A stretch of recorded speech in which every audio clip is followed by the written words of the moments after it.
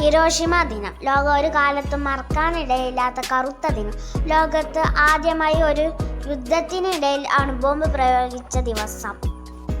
രണ്ടാം ലോക യുദ്ധത്തിൽ ജപ്പാനെ നശിപ്പിച്ച അമേരിക്ക ഹിരോഷിമയിൽ അണുബോംബ് വർഷിച്ചതിൻ്റെ ഓർമ്മ ദിനം.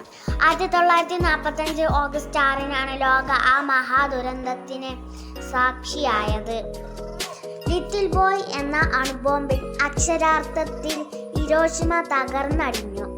വികിരണത്തിന്റെ ദോഷഫലങ്ങൾ ഇന്നും ആ ജനത അനുഭവിക്കുന്നു. എല്ലാ വർഷവും ഓഗസ്റ്റ് 6-ന് ഹിരോഷിമ ദിനമായി ലോക ജനത ആചരിക്കുന്നു. ഓരോ വർഷവും ഈ ദിനം ഓർമ്മിക്കേണ്ട ദുരന്താവശേഷിപ്പുകളെ ഓർത്തല്ല, പകരം ഒരു നല്ല നാളേക്ക് വേണ്ടിയുള്ള ശുഭപ്രതീക്ഷകളോടെയാവണം.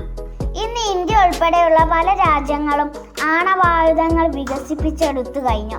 മനുഷ്യന് ഉപകാരപ്രദമാകുന്ന ശാസ്ത്ര കണ്ടുപിടുത്തങ്ങൾ മനുഷ്യന്റെ അന്തകനായി മാറാതിരിക്കട്ടെ. വൻകിട രാഷ്ട്രങ്ങളുടെ ലാഭക്കൊതിയാണ് പല യുദ്ധങ്ങൾക്കും കാരണം.